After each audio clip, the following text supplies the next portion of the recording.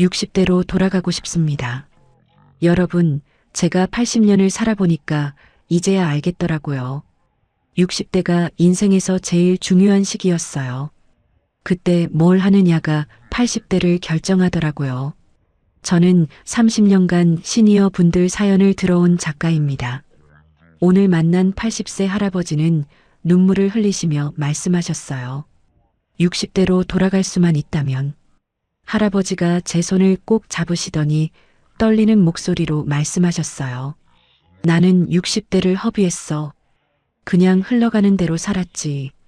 나이 먹으면 다 그렇지 뭐 하면서 아무 준비도 안 했어. 그때는 몰랐어. 60대가 얼마나 중요한지. 아직 건강하고 힘도 있고 시간도 있잖아. 근데 나는 그냥 TV 보고 소파에 앉아서 시간 보냈어. 할아버지 목소리가 더 떨렸어요. 지금 80살이야. 후회해도 소용없어. 돌아갈 수 없어. 근데 자꾸 생각나. 그때 이걸 했으면 저걸 했으면. 밤마다 후회해. 특히 10가지가 있어. 60대 때 꼭 했어야 하는 10가지. 안에서 지금 정말 후회하는 것들. 하나하나 말해줄게. 할아버지는 손가락을 펴시며 눈물을 흘리셨어요.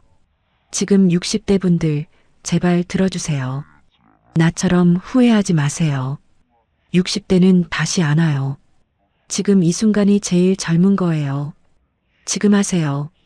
저는 할아버지께 물었어요. 어떤 게 그렇게 후회되세요? 할아버지는 깊은 한숨을 쉬시더니 천천히 말씀하셨어요. 10가지 다 후회돼. 하나도 안 한 게. 60대로 돌아갈 수만 있다면 이 10가지만큼은 꼭 하고 싶어. 말해줄게. 꼭 들어. 오늘은 80세 할아버지가 눈물로 후회하는 10가지를 전해드립니다. 60대 때 꼭 해야 하는 것들이요. 첫 번째, 매일 운동하세요. 할아버지가 첫 번째 손가락을 펴시며 가슴을 치셨어요. 첫 번째는 운동이야. 60대 때 매일 운동했어야 했어. 제일 후회돼. 할아버지는 눈물을 닦으시며 말씀하셨어요.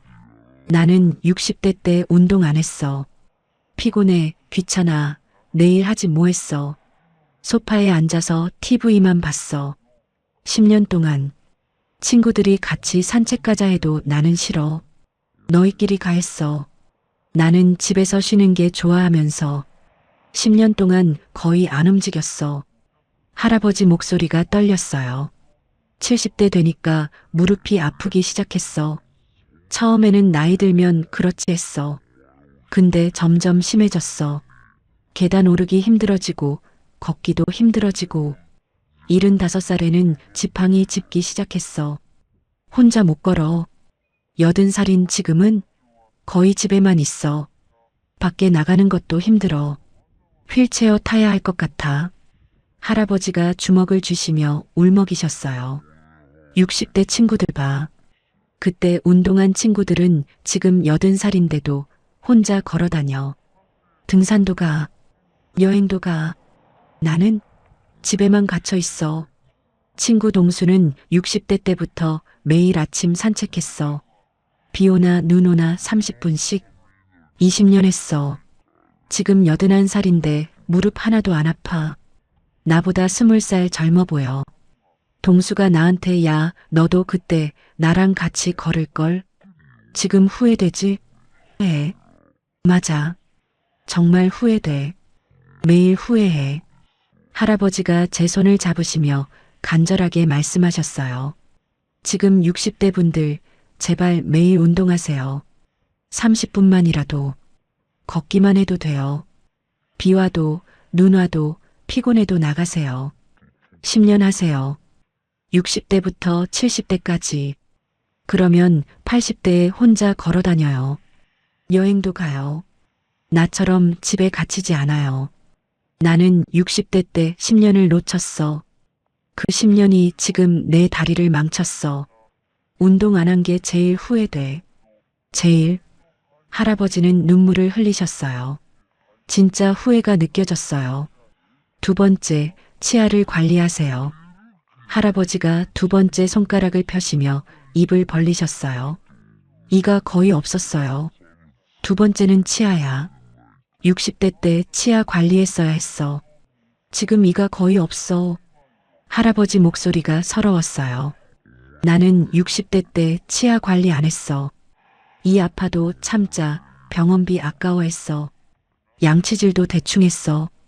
하루에 한 번? 그것도 안 할 때 많았어.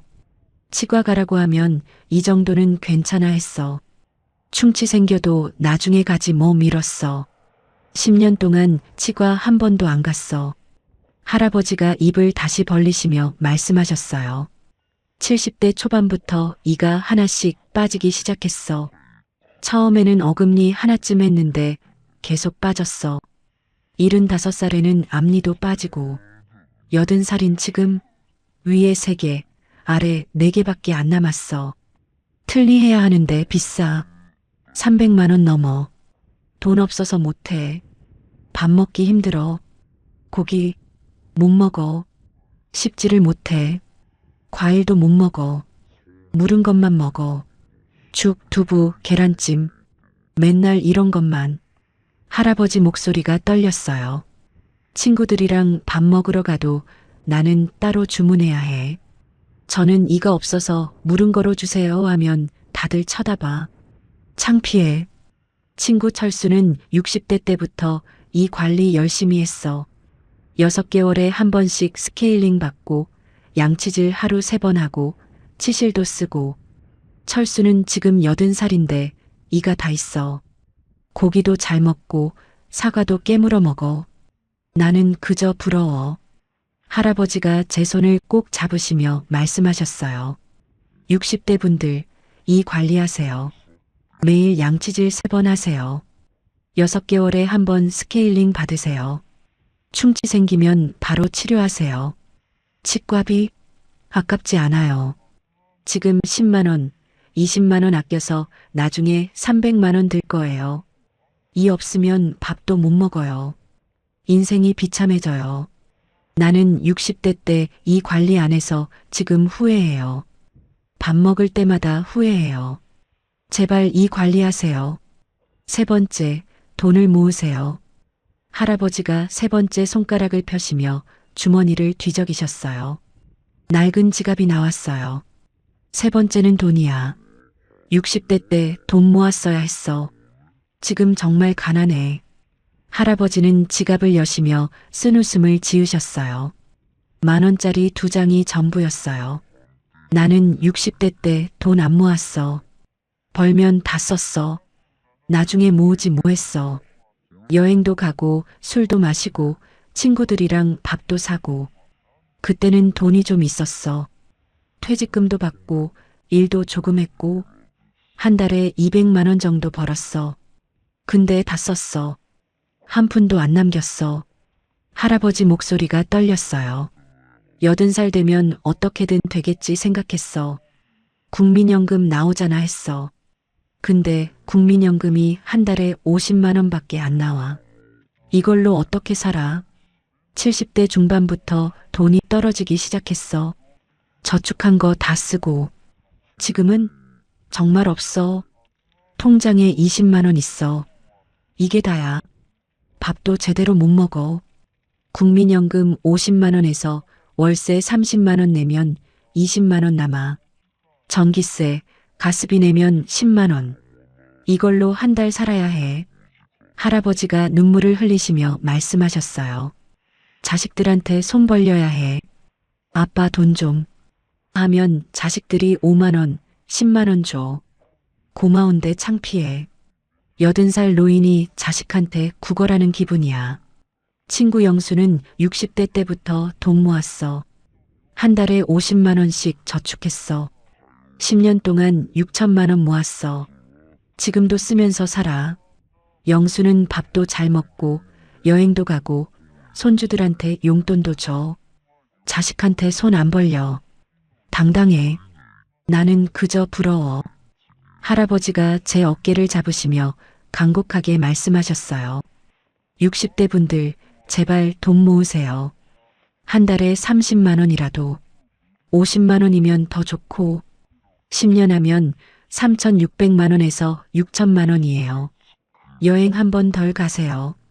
술 한 잔 덜 마시세요. 밥 한 번 덜 사세요. 그 돈 모으세요. 80대에 진짜 필요해요. 나는 60대 때 돈 안 모아서 지금 가난해요. 자식한테 손 벌리고 밥도 제대로 못 먹어요. 제일 비참해요. 제발 돈 모으세요. 네 번째, 친구를 만드세요. 할아버지가 네 번째 손가락을 펴시며 창밖을 보셨어요. 눈물이 흘렀어요. 네 번째는 친구야. 60대 때 친구 만들었어야 했어. 지금 혼자야. 정말 외로워. 할아버지는 고개를 떨구시며 말씀하셨어요. 나는 60대 때 친구 관계를 소홀히 했어. 친구들이 만나자 해도 귀찮아. 다음에 했어. 나중에 만나도 되지 뭐 했어. 집에서 TV만 봤어. 나가기 싫었어. 사람 만나는 것도 귀찮았어. 혼자 있는 게 편해했어. 10년 동안 거의 안 만났어. 할아버지 목소리가 떨렸어요. 70대 되니까 친구들이 하나씩 연락 끊었어.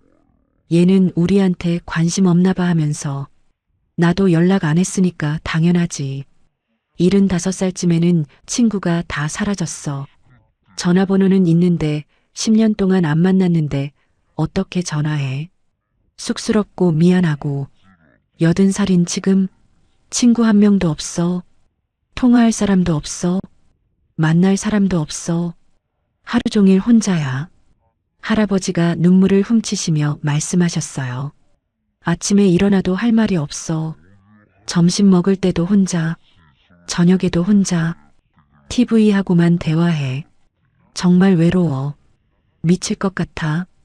가끔 복지관 가는데 거기 사람들은 다 친구들끼리 와. 나는 혼자 앉아 있어. 낯설어. 이제 와서 친구 만들기 어려워. 친구 만석이는 60대 때 친구들 열심히 만났어. 일주일에 3번씩 만나고 산책하고 밥 먹고 20년 동안 그렇게 만났어. 만석이는 지금 80살인데 친구가 10명 있어.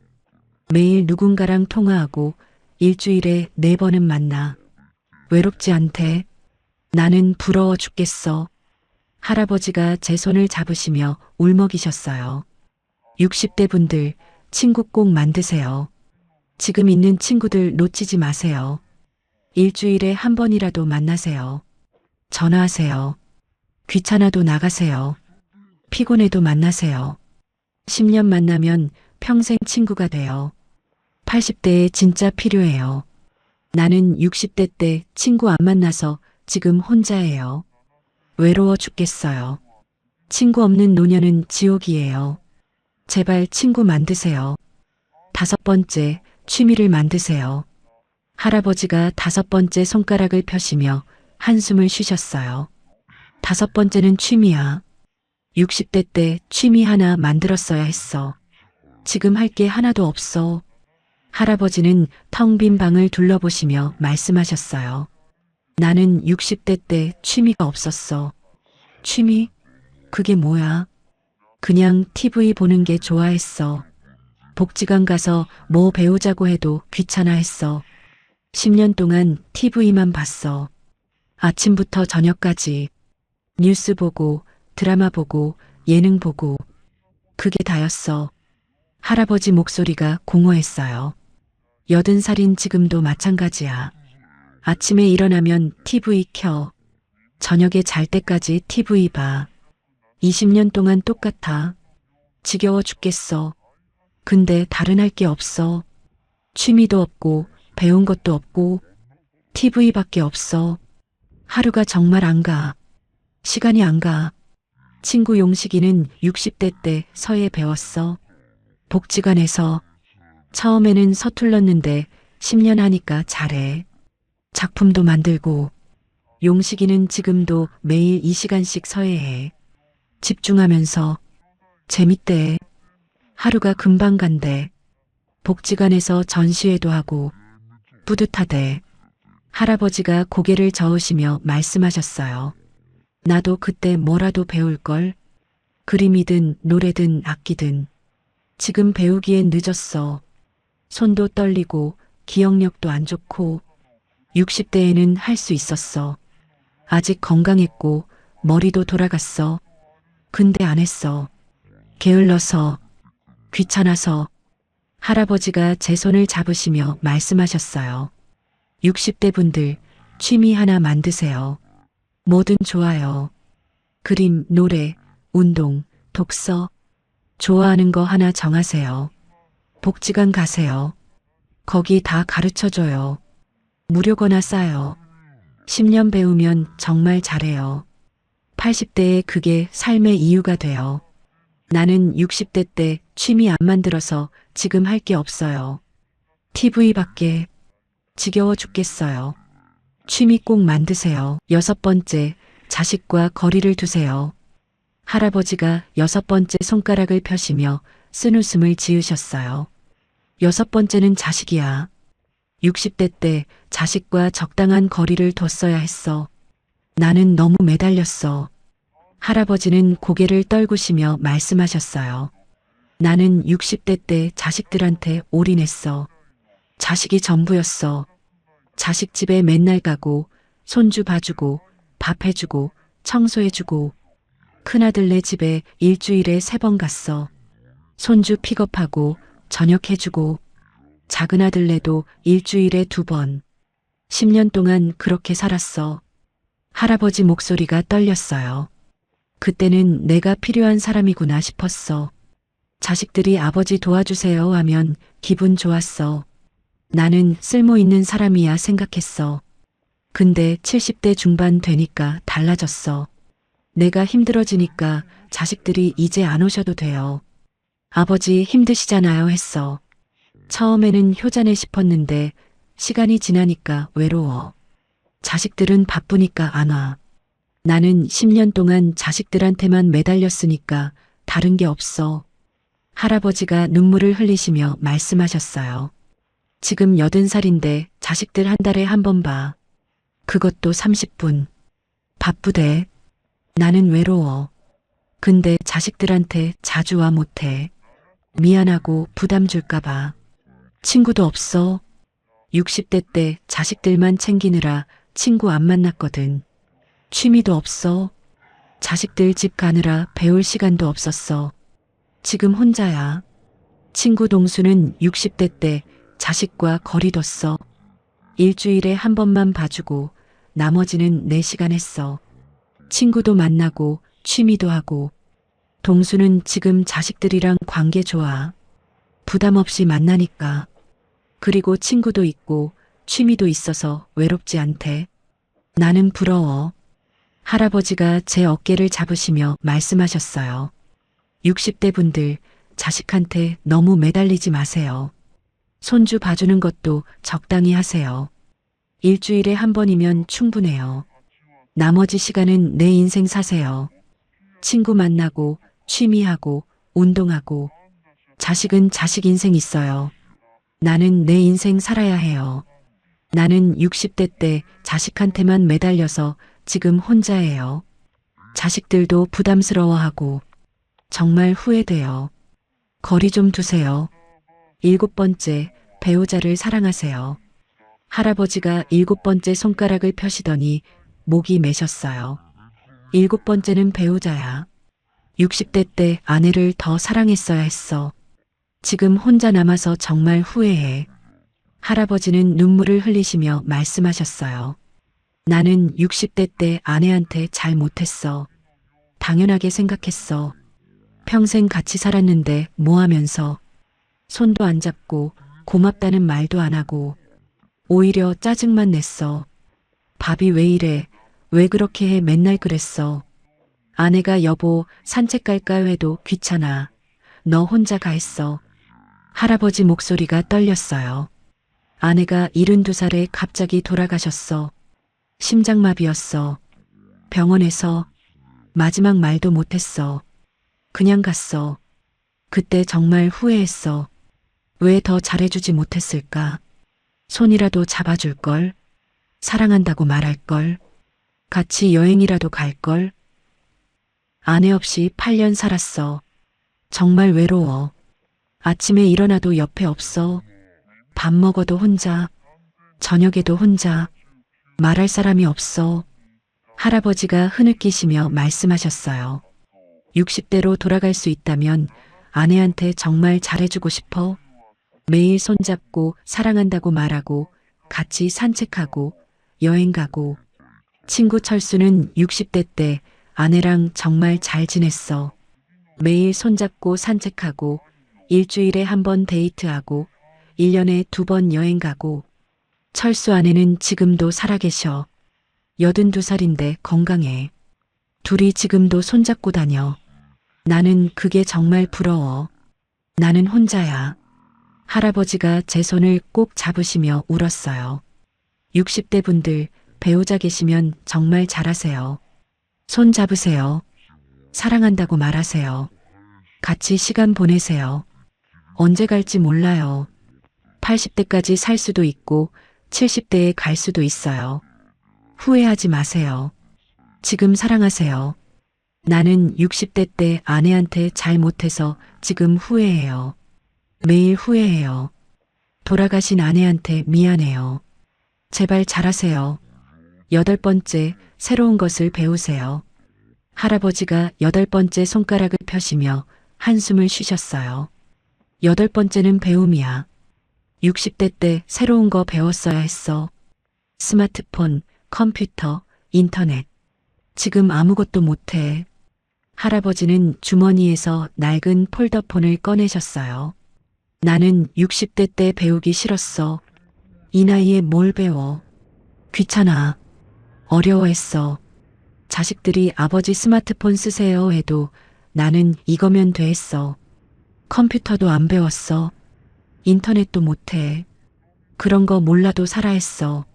10년 동안 아무것도 안 배웠어.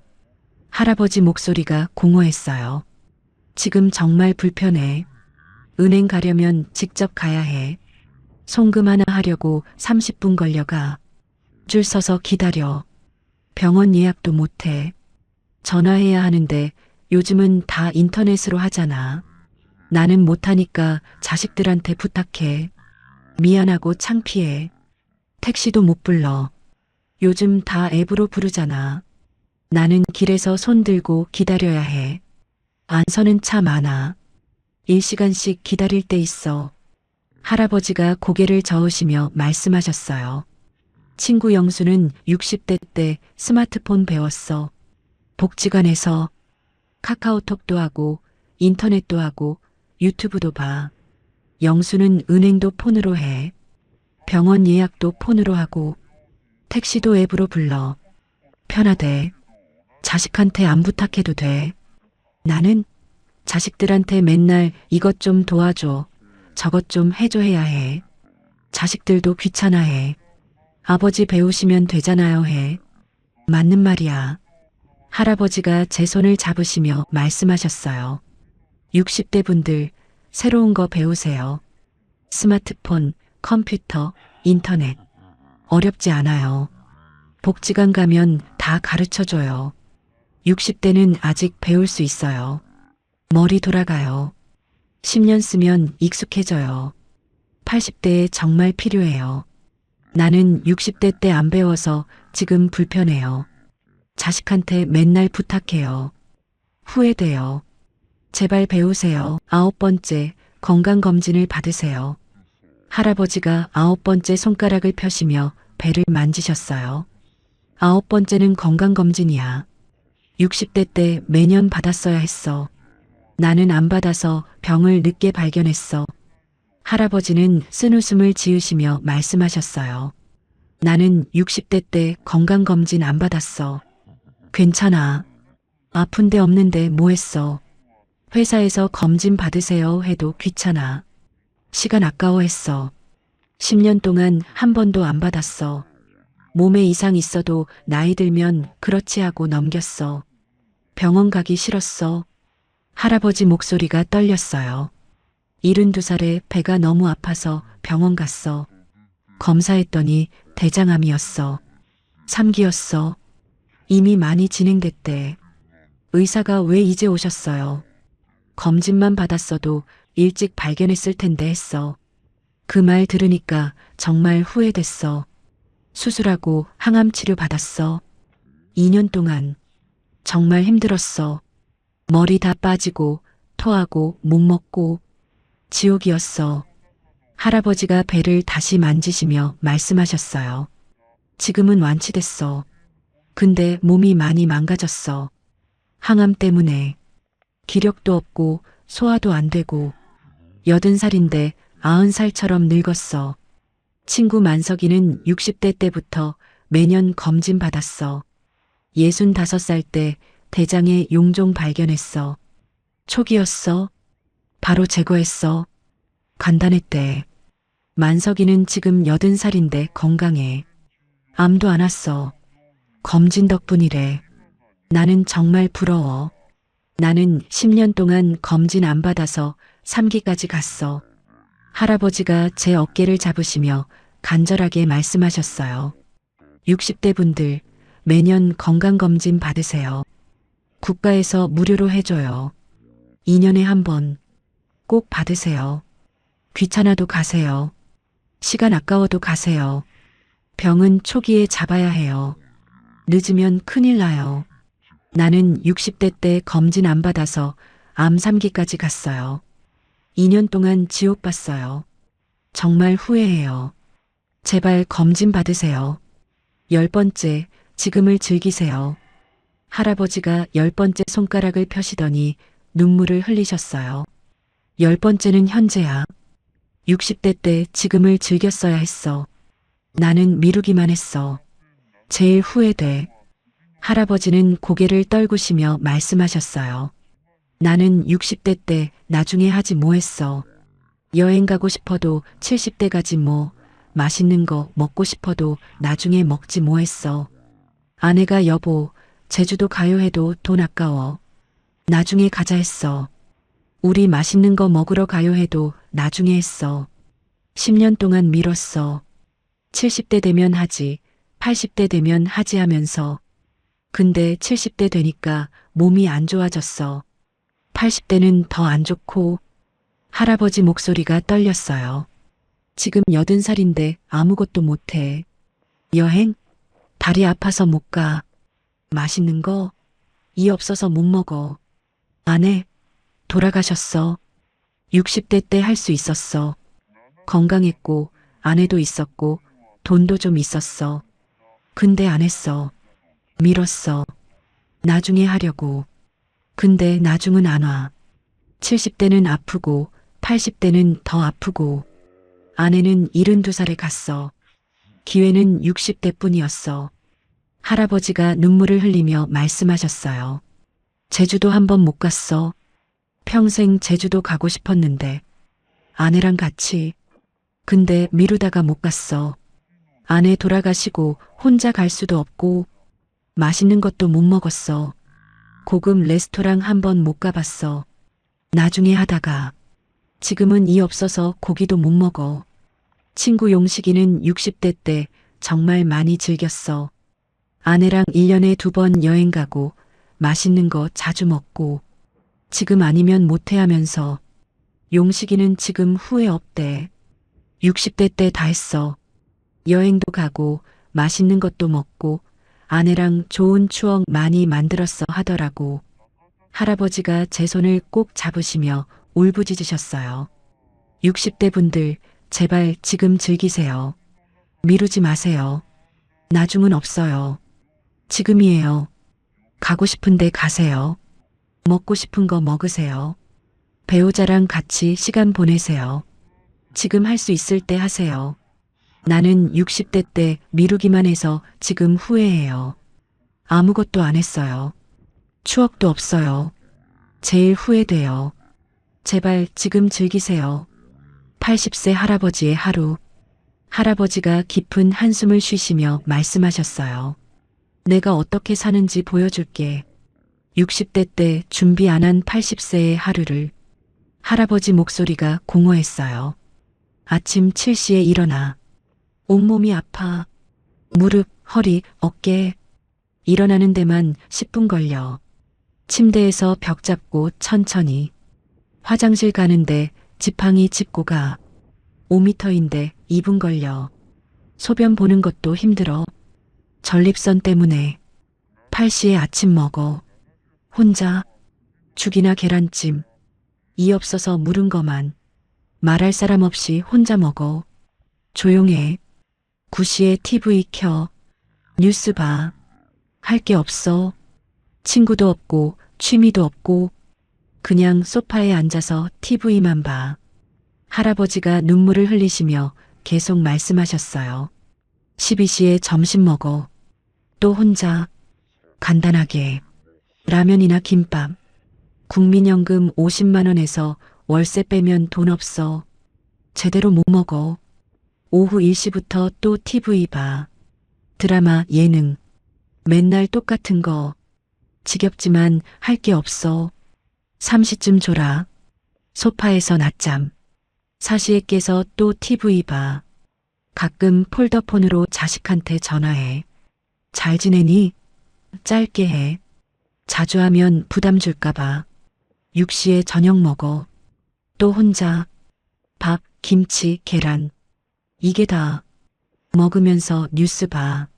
세상 돌아가는 거라도 알아야지. 할아버지 목소리가 떨렸어요. 7시부터 9시까지 또 TV 봐. 하루 종일 TV만 봐. 14시간. 20년째 이렇게 살아. 9시에 자려고 침대 가. 근데 잠이 안 와. 낮에 자서 12시까지 뒤척여. 외롭고 후회되고 슬퍼. 이게 내 하루야. 80살 노인의 하루. 60대 때 준비 안 한 사람의 하루. 지옥이야. 할아버지가 흐느끼시며 말씀하셨어요. 친구들은 달라. 준비한 친구들은. 동수는 아침에 운동 가고 친구 만나고 취미하고. 하루가 바빠. 영수는 배우자랑 산책하고 손주 보고 복지관 가고. 행복해 보여. 나는 혼자 집에서 TV만 봐. 할 게 없어. 갈 데도 없어. 만날 사람도 없어. 이게 내가 60대 때 준비 안 한 결과야. 60대 친구들에게. 할아버지가 저를 똑바로 보시며 말씀하셨어요. 지금 60대 친구들한테 하고 싶은 말이 있어. 들어줘. 너희는 지금 인생에서 제일 중요한 시기에 있어. 60대가 80대를 결정해. 지금 뭘 하느냐가 20년 후를 만들어. 할아버지 목소리가 간절했어요. 나는 60대를 낭비했어. 그냥 흘러가는 대로 살았어. 준비 안 했어. 지금 80살인데 정말 후회해. 매일 후회해. 10가지를 안 했어. 운동, 치아 관리, 돈 모으기, 친구 만들기, 취미, 자식과 거리, 배우자, 사랑, 새로운 것 배우기, 건강검진 지금 즐기기. 하나도 안 했어. 게을러서, 귀찮아서, 나중에 하면서. 근데 나중은 없었어. 70대는 아프고 80대는 더 아파. 60대가 마지막 기회였어. 할아버지가 눈물을 흘리시며 말씀하셨어요. 지금 내 모습 봐. 80살이야. 다리 아파서 못 걸어. 이 없어서 못 먹어. 친구 없어서 외로워. 돈 없어서 가난해. 배우자 없어서 혼자야. 하루 종일 TV만 봐. 할 게 없어. 추억도 없어. 후회만 있어. 이게 60대 때 준비 안 한 결과야. 너희는 나처럼 되지 마. 제발. 지금 준비해. 10가지 해. 하나씩이라도. 할아버지가 제 어깨를 흔들며 울먹이셨어요. 매일 30분 걸어. 이 관리해. 한 달에 30만 원 모아. 친구 일주일에 한 번 만나. 취미 하나 배워. 자식한테 너무 매달리지 마. 배우자 사랑해. 스마트폰 배워. 매년 검진 받아. 그리고 지금 즐겨. 미루지 마. 10년만 해. 60대 10년. 그러면 80대가 달라져. 나처럼 후회하지 않아. 제발 해줘. 준비한 친구와 안 한 친구. 할아버지가 눈물을 닦으시며 말씀하셨어요. 내 친구들 얘기해 줄게. 60대 때 준비한 친구랑 안 한 친구. 80살 된 지금 얼마나 다른지. 친구 동수, 걘 60대 때 10가지 다 했어. 매일 운동하고, 이 관리하고, 돈 모으고, 친구 만나고, 서예 배우고, 자식과 거리 두고, 아내 사랑하고, 스마트폰 배우고, 매년 검진 받고, 여행도 다녔어. 할아버지 목소리에 부러움이 묻어났어요. 동수는 지금 81살인데 정말 젊어 보여. 혼자 걸어 다니고, 이도 다 있고, 친구 10명 있고, 서예 전시회하고, 돈도 있어. 아내랑 손잡고 다녀. 스마트폰으로 택시 부르고, 은행도 하고. 건강해. 매년 검진 받아서 병도 없어. 동수는 하루가 바빠. 아침에 운동 가고, 친구 만나고, 서예하고, 손주 보고. 저녁에는 아내랑 산책하고.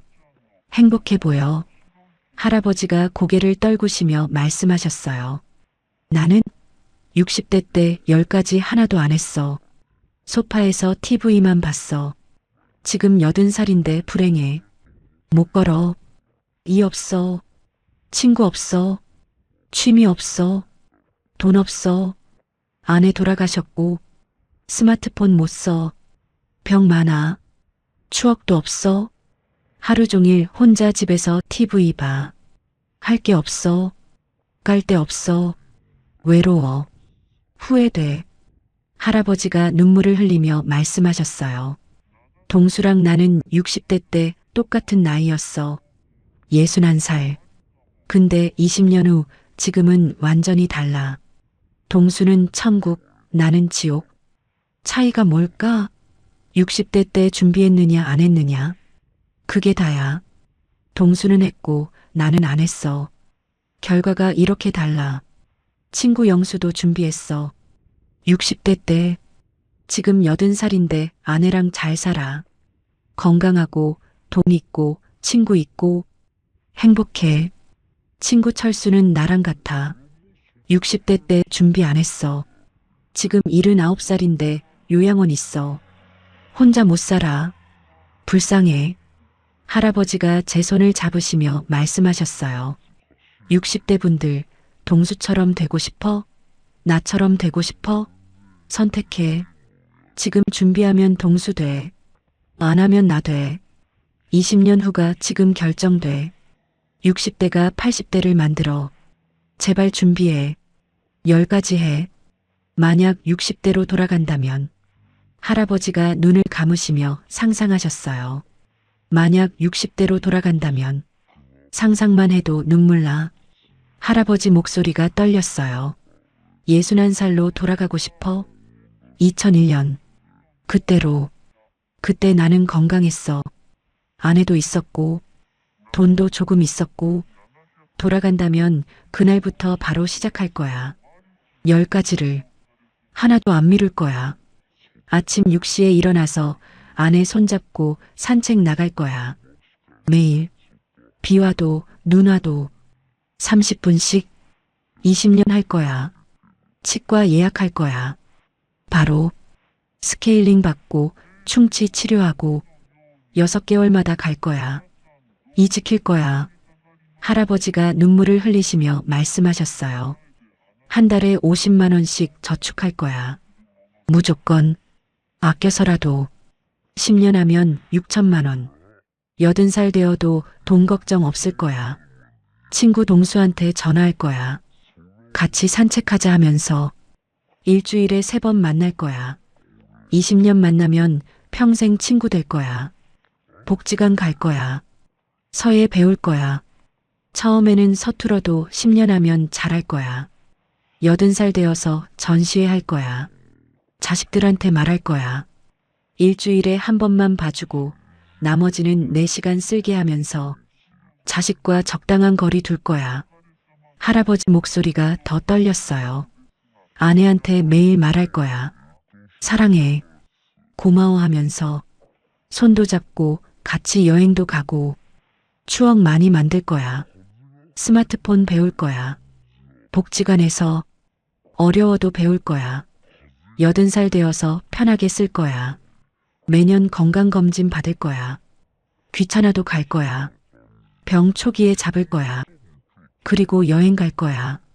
아내랑 제주도, 부산, 경주 매년 2번씩 10년 하면 20번 추억 많이 만들 거야.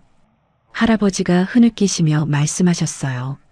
그렇게 10년 살면 80살 되어서 행복할 거야. 건강하고 이 있고 돈 있고 친구 있고 취미 있고 아내 있고 추억 많고. 근데 돌아갈 수 없어. 60대는 다시 안 와. 나는 기회를 날렸어. 영원히. 80세 할아버지의 마지막 말. 할아버지가 제 손을 꼭 잡으시더니 눈물을 흘리셨어요. 80년을 살아온 사람의 후회가 느껴졌어요.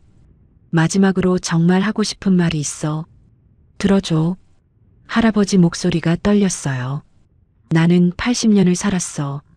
그 중에 60대 10년이 제일 중요했어. 그때가 마지막 기회였어. 준비할 수 있는. 근데 나는 놓쳤어. 게을러서, 귀찮아서, 나중에 하면서. 10년을 날렸어. 지금 80살이야. 후회만 남았어. 10가지를 안 한 게. 매일 후회해. 밤마다 후회해. 할아버지가 눈물을 닦으시며 말씀하셨어요. 운동 안 해서 못 걸어. 이 관리 안 해서 밥도 못 먹어. 돈 안 모아서 가난해. 친구 안 만나서 외로워. 취미 안 해서 할 게 없어. 자식한테 매달려서 관계 나빠. 배우자 사랑 안 해서 혼자야. 스마트폰 안 배워서 불편해. 검진 안 받아서 병 늦게 발견했어. 지금 안 즐겨서 추억도 없어. 이게 다 60대 때 준비 안 한 결과야. 20년이 지나니까 결과가 나왔어. 참혹해. 할아버지가 흐느끼시며 말씀하셨어요. 60대로 돌아가고 싶어. 정말로. 하루만이라도. 그날부터 다시 시작하고 싶어. 매일 운동하고, 이 관리하고, 돈 모으고, 친구 만나고, 취미 배우고, 자식과 거리 두고, 아내 사랑하고, 배우고, 검진받고, 즐기고. 10년만 그렇게 살면 80대가 달라질 텐데. 근데 돌아갈 수 없어. 기회는 한 번뿐이야.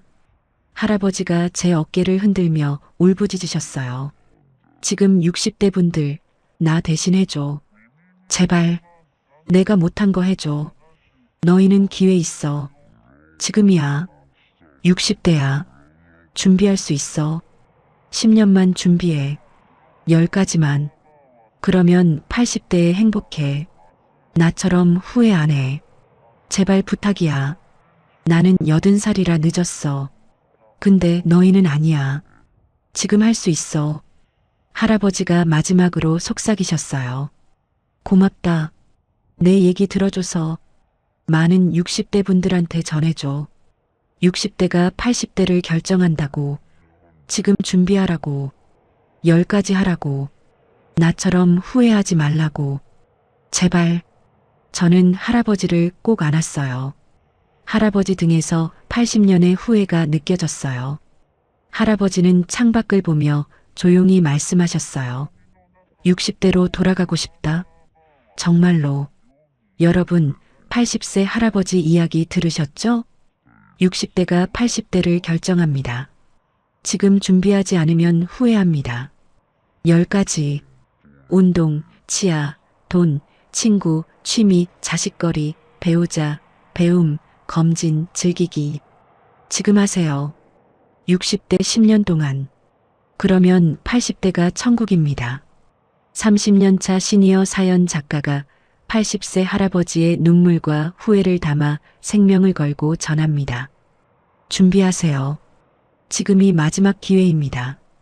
80세가 후회하며 말합니다. 60대 때 이 10가지만은 꼭 해두세요. 지금 시작하세요. 여러분, 혹시 요즘 친구들이 연락이 뜸해졌다고 느끼시나요? 예전에는 자주 만났던 친구가 이제는 전화도 잘 안 받고 만나자고 해도 바쁘다는 핑계만 대시나요? 지금 제가 들려드릴 이야기는 어쩌면 바로 여러분의 이야기일 수도 있어요. 73세 할머니가 평생 함께한 친구 5명이 하나둘씩 다 떠나고 혼자 남게 된 진짜 이유거든요. 오늘 이 영상을 끝까지 보시면 여러분은 3가지를 얻으실 수 있어요. 첫째로 친구들이 떠나가는 진짜 이유 7가지를 정확히 알게 되실 거예요. 둘째로 내가 모르는 사이에 친구들에게 상처 주는 말과 행동이 뭔지 깨닫게 되실 거예요. 세 번째로 외롭지 않은 노년을 보내는 비결을 얻으실 거예요. 이걸 모르고 넘어가시면 여러분도 몇 년 후에 혼자 남게 될 수 있어요. 서울 노원구에 사시는 김순자 씨는 지금 73세세요. 김순자 씨에게는 평생 함께한 친구가 5명 있었어요. 초등학교 동창인 명희, 영숙이 경자 미자, 그리고 조금 늦게 알게 된 윤정이까지요. 6명이 모이면 정말 시끄러웠대요. 웃고 떠들고 옛날 이야기하고 요즘 이야기하고 하면서 시간 가는 줄 몰랐다고 해요. 이 친구들은 일주일에 한 번씩 만났어요. 매주 수요일 오전 11시에 집 근처 카페에서 만나서 점심도 같이 먹고 수다도 떨고 그랬어요. 비가 오나 눈이 오나 몸이 좀 안 좋아도 웬만하면 다 나왔대요. 그렇게 10년 넘게 만났어요. 김순자 씨는 이 친구들이 있어서 노년이 외롭지 않았대요. 남편은 5년 전에 돌아가셨고 자식들은 다 멀리 살고 있지만 친구들이 있으니까 괜찮았대요. 수요일만 기다리면서 한 주를 살았다고 해요. 그런데 1년 전부터 이상한 일이 생기기 시작했어요. 제일 먼저 이명애 씨가 모임에 안 나오기 시작했어요. 처음에는 감기 걸렸다고 하더니 다음 주는 손주 봐줘야 한다고 하고 그 다음 주는 병원 간다고 하고요. 한두 달 지나니까 아예 연락이 안 되더래요. 전화해도 안 받고 문자 보내도 답이 없고요. 김순자 씨는 이명희 씨가 무슨 일 있나 싶어서 집까지 찾아갔대요. 초인종을 눌렀는데 집에 있는 게 분명한데 문을 안 열어주더래요. 발소리가 들리고 인기척이 느껴지는데 일부러 안 나온 거예요. 그 다음에는 박영숙 씨가 나오지 않기 시작했어요. 전화하면 받기는 하는데 만나자고 하면 자꾸 핑계를 대더래요. 요즘 허리가 안 좋아서 나가기 힘들다고요. 그러더니 나중에는 솔직하게 말하더래요. 순자야 미안한데 나 요즘 모임 나가기가 좀 부담스러워. 김순자 씨는 깜짝 놀랐대요. 무슨 부담이냐고 물었더니 박영숙 씨가 말을 흐리더래요. 그냥 개인적인 사정이 있어서 그래. 더 이상 말을 안 하고 전화를 끊어버렸어요. 최경자 씨도 어느 날부터 연락이 뜸해졌어요. 모임에는 나오는데 예전처럼 밝지가 않더래요. 말도 별로 안 하고 그냥 조용히 앉아만 있고요. 김순자 씨가 무슨 일 있냐고 물어봤더니 아무것도 아니라고 하면서 먼저 일어나서 가버리더래요. 그러더니 그 다음 주부터는 아예 안 나왔어요. 전화해도 바쁘다고만 하고요. 정미자 씨랑 윤정희 씨도 비슷했어요. 처음에는 한두 번 빠지더니 나중에는 아예 나오지 않았어요. 결국 1년이 지난 지금 6명 중에 모임에 나오는 사람은 김순자 씨 혼자뿐이에요. 김순자 씨는 매주 수요일 오전 11시에 카페에 혼자 앉아서 친구들을 기다려요. 혹시나 누가 나올까 싶어서요. 그런데 아무도 안 와요. 커피 한 잔 시켜놓고 1시간씩 기다리다가 혼자 집에 가요. 김순자 씨는 도대체 뭐가 잘못된 건지 몰랐대요. 내가 뭘 잘못했길래 평생 함께한 친구들이 다 떠난 걸까요? 너무 억울하고 서러워서 밤마다 울었대요. 베개에 얼굴을 묻고 소리내서 울었어요. 50년 넘게 알고 지낸 친구들인데 하루아침에 연락이 끊기니까 세상에 혼자 남은 것 같았대요. 그러던 어느 날 우연히 옛날 친구인 서혜숙 씨를 마트에서 만났어요. 서혜숙 씨는 김순자 씨 친구들이랑도 아는 사이였거든요. 김순자 씨가 하소연을 했어요. 혜수가 내가 뭘 잘못한 거야? 왜 친구들이 다 나를 피하는 거야? 나는 정말 모르겠어. 서예숙 씨가 한참을 망설이다가 조심스럽게 말하더래요. 순자야, 내가 솔직하게 말해도 될까? 사실 친구들이 너한테 불만이 좀 있었어. 김순자 씨는 깜짝 놀랐어요. 무슨 불만인데요? 서예숙 씨가 하나하나 말해주더래요. 그 이야기를 듣고 김순자 씨는 그제야 깨달았대요. 내가 친구들 앞에서 하면 안 되는 행동을 계속해왔구나. 제일 먼저 서예숙 씨가 말한 건 자랑이었어요. 순자야, 너는 친구들 만날 때마다 자식 자랑을 너무 많이 했어. 김순자 씨는 자식이 셋이에요. 큰아들은 대기업 부장이고 작은아들은 의사고 딸은 약사예요. 셋 다 잘 나갔죠. 김순자 씨는 친구들 만날 때마다 자식 이야기를 했어요. 우리 큰아들이 이번에 승진했어. 이제 부장이야. 연봉이 1억이 넘는데.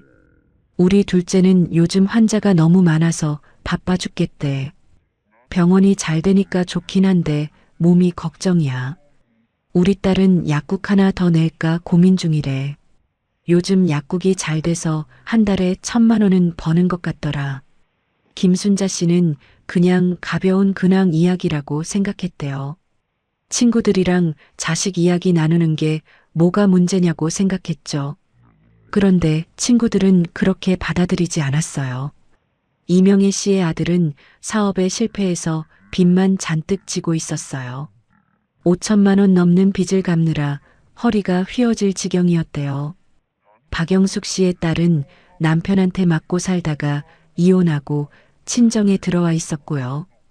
2살짜리 손주까지 데리고 왔는데 딸은 취직도 안 되고 우울증까지 걸려서 정신과 치료받고 있었어요. 최경자 씨의 아들은 40대인데 취직도 못하고 집에서 놀고 있었어요. 최경자 씨가 식당에서 설거지 아르바이트를 해서 아들 용돈까지 주고 있었대요. 그런 친구들 앞에서 김순자 씨는 계속 자식 자랑을 했던 거예요. 친구들은 김순자 씨가 만날 때마다 자식 자랑만 하니까 만나는 게 괴로웠대요. 우리는 자식 걱정에 잠도 못 자는데 순자는 자식 자랑만 하니까 비교되고 초라해지고 기분이 안 좋았다고 해요. 이명애 씨가 서예숙 씨한테 이렇게 말했대요.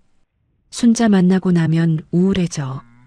우리 아들은 빚더미에 앉아 있는데 순자 아들은 연봉이 1억이래.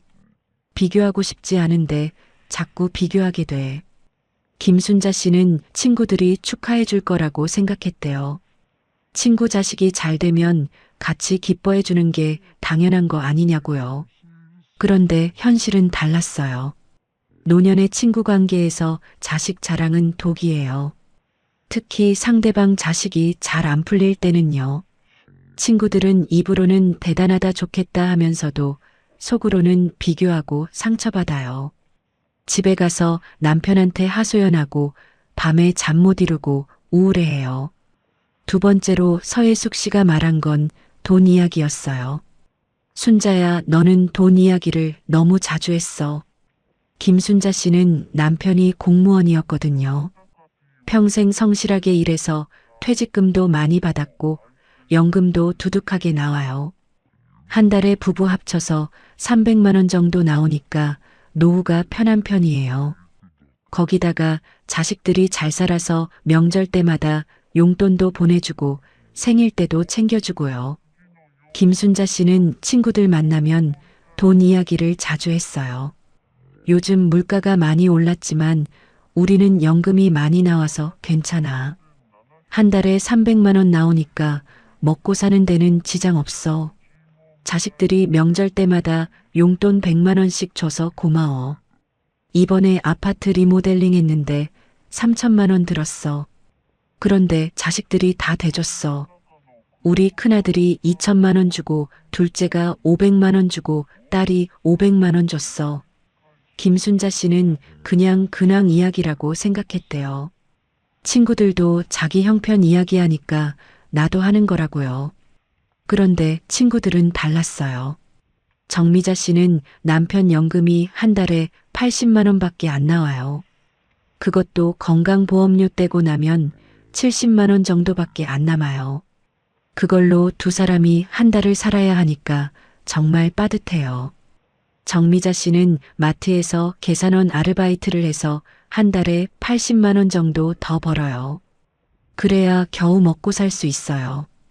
윤정혜 씨는 남편이 일찍 돌아가셔서 유족연금으로 살아요. 한 달에 50만 원 정도 나오는데 그걸로는 턱없이 부족해서 집에서 반찬 가게를 해요. 새벽 5시에 일어나서 반찬 만들고 시장에 나가서 파는데 한 달에 100만 원 정도 벌어요. 그런 친구들 앞에서 김순자 씨는 연금 300만 원 나온다는 이야기를 자주 했던 거예요. 친구들은 김순자 씨가 만날 때마다 돈 이야기를 하니까 자기들이 초라해지고 가난해 보이는 것 같아서 기분이 안 좋았대요. 우리는 돈 걱정에 밤잠을 설치는데 순자는 돈 걱정 없다는 이야기만 하니까 만나기가 싫어졌다고 해요. 박영숙 씨가 서예숙 씨한테 이렇게 말했대요. 순자는 아파트 리모델링에 3천만 원 썼다는데 나는 보일러 고장나서 200만 원 수리비 나온 것도 부담스러워. 순자 만나면 내가 얼마나 가난한지 실감하게 돼. 김순자 씨는 억울했대요. 나는 자랑한 게 아니라 그냥 내 형편을 이야기한 건데 왜 그걸 자랑으로 받아들이냐고요. 그런데 서예숙 씨가 말하더래요. 순자야, 너는 자랑이 아니라고 생각하겠지만 듣는 사람 입장에서는 자랑으로 들려. 특히 상대방이 힘들 때는 더 그래. 돈 이야기는 정말 조심해야 해. 세 번째로 서예숙 씨가 말한 건 험담이었어요. 순자야, 너는 다른 사람 험담을 너무 많이 했어. 김순자 씨는 친구들 만나면 다른 사람 이야기를 자주 했어요. 특히 모임에 안 나온 사람이나 옛날 친구들 이야기를요. 있잖아, 내가 들었는데 정순이 남편이 바람 피웠대. 그래서 요즘 부부 사이가 안 좋대. 정순이가 이혼 생각도 하고 있다는데 나이 70이 넘어서 이혼하면 어떡하냐. 미니 딸이 이혼했다며. 내가 진작 그럴 줄 알았어. 그 사위가 보기에도 별로였거든. 눈빛부터가 믿음이 안 갔어. 김순자 씨는 그냥 가십 정도로 생각했대요. 친구들끼리 수다 떠는 건데 뭐가 문제냐고요. 그런데 친구들은 불편했어요. 최경자 씨가 생각하더래요. 순자가 저 사람들 험담을 저렇게 하면 나 없을 때는 내 험담도 하겠지. 내 아들이 취직 못한 거 다른 사람들한테 이야기하고 다니겠지. 박영숙 씨도 마찬가지였어요. 순자가 다른 사람 안 좋은 이야기를 재미있게 하는 걸 보니까 신뢰가 안 갔대요. 저 사람한테는 내 이야기를 하면 안 되겠다 싶었대요. 이명애 씨는 더 심각했어요. 김순자 씨가 이명애 씨 딸 이야기를 다른 친구들한테 했거든요. 명애 딸이 요즘 남편이랑 안 좋대. 남편이 술만 마시면 때린대. 이혼할 수도 있대.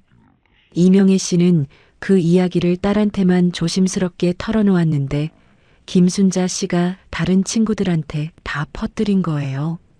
이명애 씨는 배신감을 느꼈대요. 내가 순자를 믿고 이야기했는데 순자가 다른 사람들한테 다 말하다니. 이명애 씨가 그 다음 주부터 모임에 안 나온 이유가 바로 그거였어요. 김순자 씨는 그냥 친구들끼리 나누는 이야기인데 뭐가 문제냐고 생각했대요. 그런데 친구들 입장에서는 달랐어요. 자기 이야기가 다른 사람들한테 퍼질까봐 두려웠고 김순자 씨를 믿을 수 없었던 거예요. 서예숙 씨가 말하더래요. 순자야, 친구들이 너를 피하는 가장 큰 이유 중 하나가 바로 이거야. 너한테 이야기하면 다른 사람들한테 다 퍼진다는 거. 그래서 아무도 너한테 속마음을 이야기하지 않았어. 네 번째로 서예숙 씨가 말한 건 자기 불행 과시였어요. 순자야, 너는 자랑만 한 게 아니야. 가끔은 너 자신이 얼마나 힘든지도 과하게 이야기했어. 이게 좀 아이러니한데요. 김순자 씨는 자식 자랑, 돈 자랑만 한 게 아니에요. 가끔은 자기가 얼마나 힘든지도 이야기했거든요. 그런데 그게 문제였어요. 우리 큰아들이 요즘 너무 바빠. 한 달에 한 번도 못 와. 엄마가 보고 싶다는데도 바쁘다고만 해. 섭섭해 죽겠어. 우리 딸은 나한테 전화도 잘 안 해. 내가 전화하면 받기는 하는데 금방 끊어. 그렇게 바쁜지 모르겠어. 남편 없이 혼자 사는 게 이렇게 외로운 줄 몰랐어. 밤에 혼자 있으면 무섭기도 하고 요즘 잠도 잘 안 와. 새벽 3시까지 뒤척이다가 겨우 잠들어. 김순자 씨는 친구들한테 위로받고 싶어서 이런 이야기를 했대요. 그런데 친구들은 이상하게 받아들였어요. 아까는 자식 자랑, 돈 자랑하더니 이제는 자기가 힘들다고 하네. 자식들 잘나고 돈도 많으면서 뭐가 불만이야. 우리보다 훨씬 나은데. 정미자 씨가 속으로 생각했대요. 순자는 자식들이 자주 못 와서 섭섭하다고 하는데 나는 자식이 집에 들어와 살면서 돈까지 달라고 해서 괴로워. 순자는 남편 없어서 외롭다고 하는데 나는 남편이 있어도 술만 마시고 대화가 없어서 더 외로워. 순자 불행은 사치스러운 불행이야. 윤정혜 씨도 비슷하게 생각했어요. 김순자 씨가 하는 불행 이야기는 사실 불행이 아니라 행복한 사람의 투정 같았대요. 우리는 진짜 힘든데 순자는 별거 아닌 거 가지고 힘들다고 하니까 짜증났다고 해요. 서예숙 씨가 말하더래요. 순자야, 너는 자랑할 때는 엄청 자랑하다가 가끔 힘들다는 이야기를 하니까 친구들이 공감을 못하는 거야. 내가 얼마나 잘 사는지 다 아는데 그런 이야기를 하니까 진심으로 안 들리는 거지. 5번째로 서예숙 씨가 말한 건 조언 강요였어요. 순자야, 너는 친구들한테 조언을 너무 많이 했어. 김순자 씨는 친구들이 고민 이야기를 하면 항상 조언을 했어요. 박영숙 씨가 딸이 이혼했다는 이야기를 했을 때 김순자 씨가 이렇게 말했대요. 영수가 그러니까 내가 뭐라고 했어. 그 사위 처음부터 별로라고 했잖아. 너희 딸이 내 말을 들었어야지. 이제라도 이혼 잘한 거야. 젊을 때 이혼해야 재혼이라도 하지. 정미자 씨가 아들 취직 안 된다는 이야기를 했을 때도 김순자 씨가 조언했어요. 미자야, 요즘 애들은 눈이 너무 높아. 대기업만 고집하지 말고 중소기업이라도 가라고 해. 일단 취직해서 경력 쌓으면 나중에 이직하면 되잖아. 너무 오래 놀면 안 좋아. 최경자 씨가 허리 아프다는 이야기를 했을 때도 김순자 씨가 말했어요. 경자야, 너는 운동을 안 해서 그래. 나는 매일 아침 30분씩 걷거든. 그래서 건강해. 너도 운동 좀 해. 그리고 살도 좀 빼. 살 때문에 허리가 아픈 거야. 김순자 씨는 친구를 위해서 좋은 조언을 해준다고 생각했대요. 그런데 친구들은 그렇게 받아들이지 않았어요. 박영숙 씨는 위로받고 싶었는데 김순자 씨가 내가 뭐라고 했냐면서 잘난 척하니까 기분이 나빴대요. 정미자 씨는 아들 취직 안 돼서 속상한데 김순자 씨가 눈이 높다고 하니까 화가 났대요. 최경자 씨는 허리 아픈 게 고민인데 김순자 씨가 살 빼라고 하니까 자존심 상했대요. 서예숙 씨가 말하더래요. 순자야, 친구들은 조언을 원하는 게 아니었어. 그냥 위로받고 싶었던 거야. 힘들다고 하면 그래 힘들겠다 하고 공감해주면 되는데 너는 자꾸 해결책을 제시하고 조언을 하니까 친구들이 부담스러웠대. 6번째로 서혜숙 씨가 말한 건 과거 자랑이었어요. 순자야, 너는 옛날 이야기를 너무 자주 했어. 김순자 씨는 젊었을 때 이야기를 자주 했어요. 나 젊었을 때는 정말 예뻤어. 우리 동네에서 제일 예뻤다니까. 길 가다가 스카우트 제의도 받았어. 나 결혼할 때 남편이 나한테 반해서 졸랐어. 시집 안 가려고 했는데 남편이 100번 넘게 청혼했어. 우리 시어머니가 나를 얼마나 예뻐했는지 몰라. 며느리 중에 나를 제일 아꼈어. 김순자 씨는 그냥 옛날 추억 이야기라고 생각했대요. 그런데 친구들은 듣기 싫었대요. 이명애 씨가 서혜숙 씨한테 말했대요. 순자는 맨날 자기 젊었을 때 얼마나 예뻤는지, 자기 결혼할 때 얼마나 좋았는지 그런 이야기만 해. 우리도 젊었을 때 있었는데 순자만 젊었던 것처럼 이야기하니까 짜증나. 최경자 씨도 말했대요. 순자는 자기 시어머니가 자기를 예뻐했다고 자랑하는데 나는 시어머니한테 평생 구박받고 살았어. 그런 이야기 들으면 기분 나빠. 서혜숙 씨가 말하더래요. 순자야, 과거는 과거일 뿐이야. 지금 우리는 다 70대 할머니야. 젊었을 때 얼마나 예뻤는지는 중요하지 않아. 그런 이야기를 자꾸 하니까 친구들이 너를 허영심 많은 사람으로 봤어. 7번째로 서혜숙 씨가 말한 건 비교였어요. 순자야, 너는 친구들을 자꾸 비교했어. 김순자 씨는 친구들을 은근히 비교했대요. 명희야, 너 요즘 많이 늙었다. 나이가 다 똑같은데 너만 유독 늙어 보여. 나는 아직도 60대로 보인다는 소리 들어.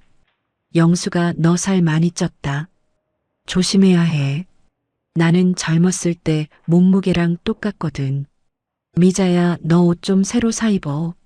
맨날 똑같은 옷만 입으니까 안 예뻐 보여. 나는 매 계절마다 새 옷 사 입어. 김순자 씨는 친구를 걱정해서 하는 말이라고 생각했대요. 그런데 친구들은 상처받았어요. 이명희 씨는 자기가 늙었다는 소리 듣고 우울했대요. 박영숙 씨는 살쪘다는 소리 듣고 자존감이 떨어졌대요.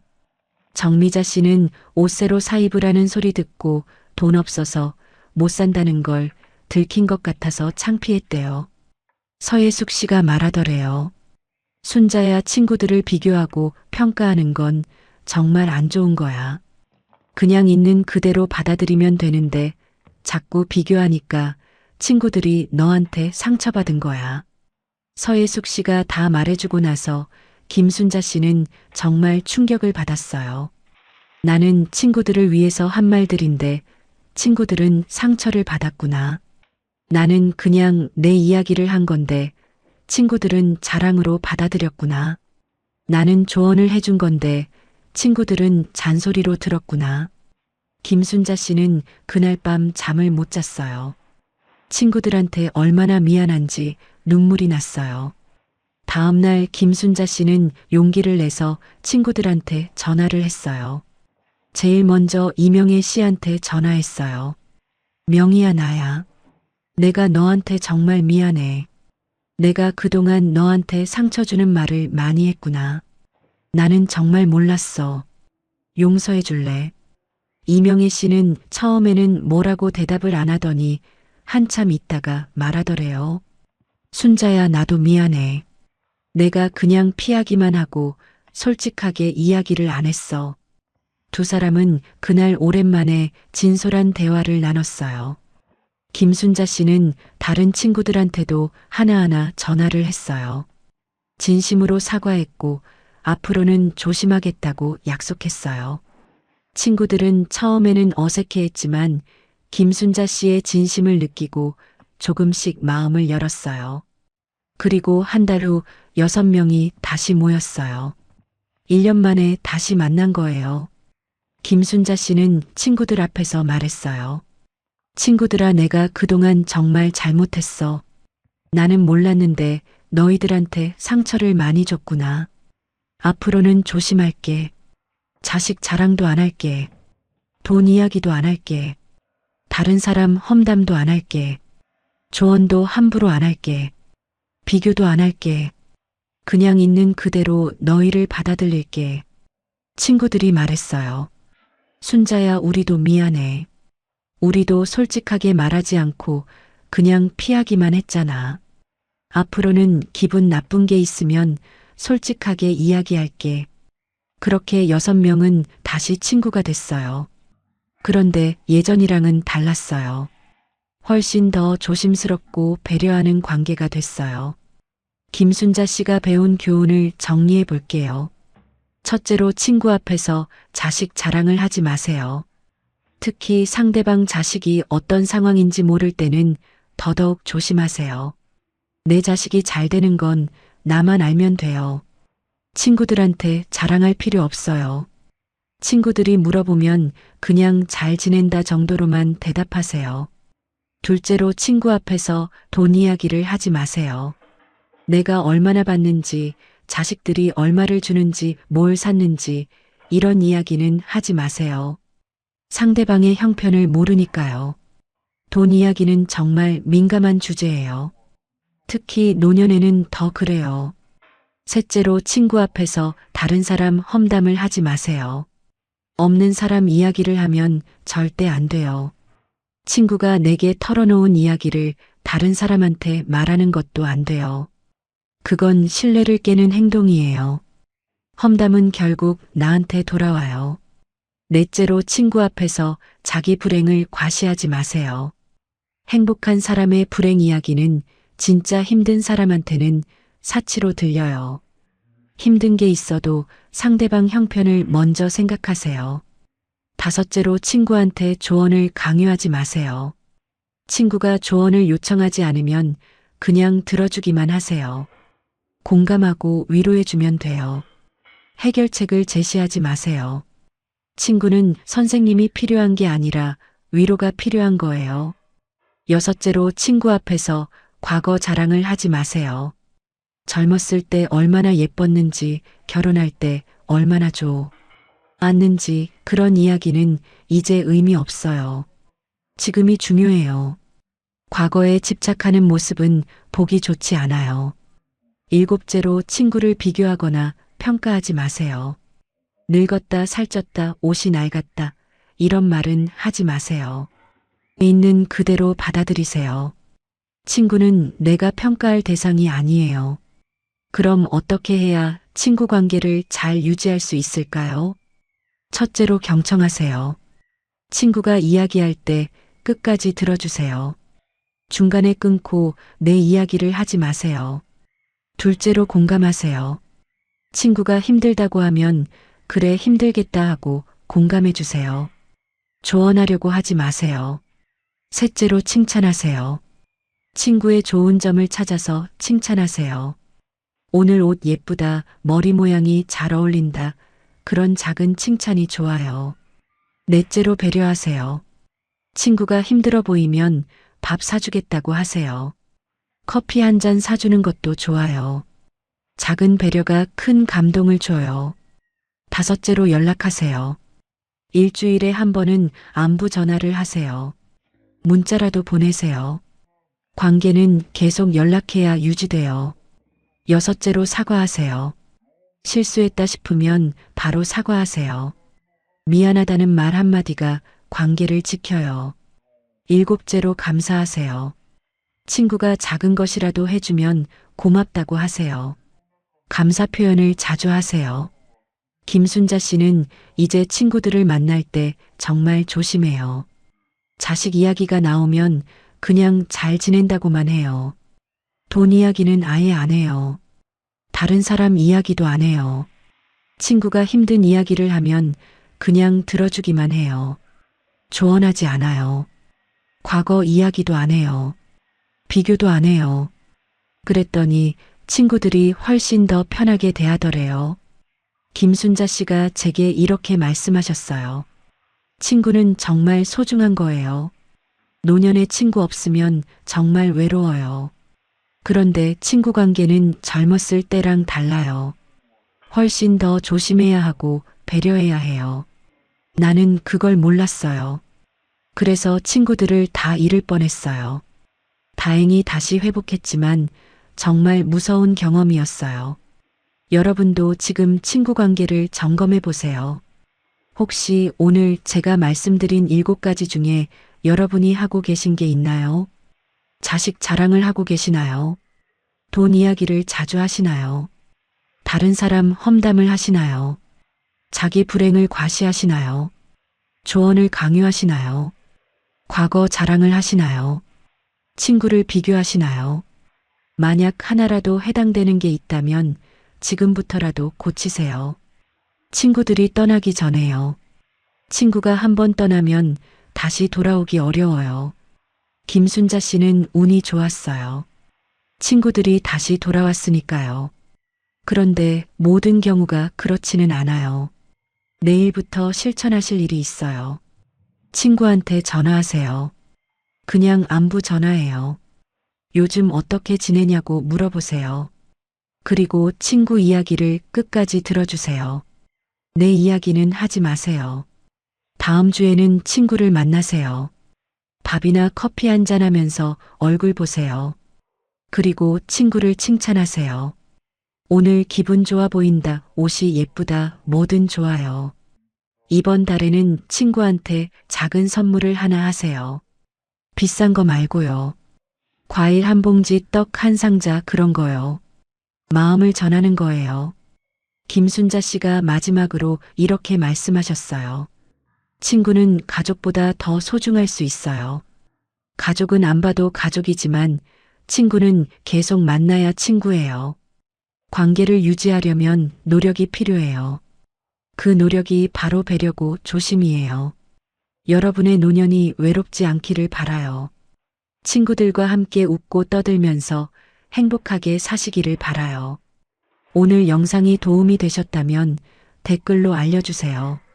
나도 이런 실수를 하고 있었어요 하시는 분, 오늘부터 조심하겠어요 하시는 분, 나는 이렇게 친구 관계를 유지하고 있어요 하시는 분, 어떤 말씀이든 환영해요. 그리고 이 영상이 주변 분들한테도 도움이 될 것 같다면 공유해 주세요. 구독과 좋아요는 큰 힘이 돼요. 여러분 오늘도 행복한 하루 되세요. 감사해요.